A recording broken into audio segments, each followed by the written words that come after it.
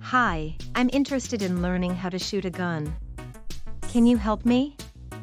Absolutely. The first step is to always prioritize safety. Do you have ear and eye protection? Yes, I do. Great. Now, let's talk about the basics of shooting. The first thing to keep in mind is your stance. Stand with your feet shoulder width apart and keep your body weight slightly forward. Okay, got it. What's next?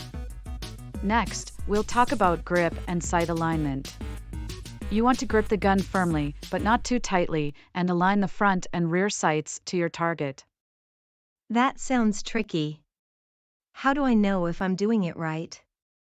Practice makes perfect. We'll start with a few dry fire exercises so you can get a feel for the gun. Then, we'll move on to live fire exercises at the range. Okay, I'm ready to try it out. Great!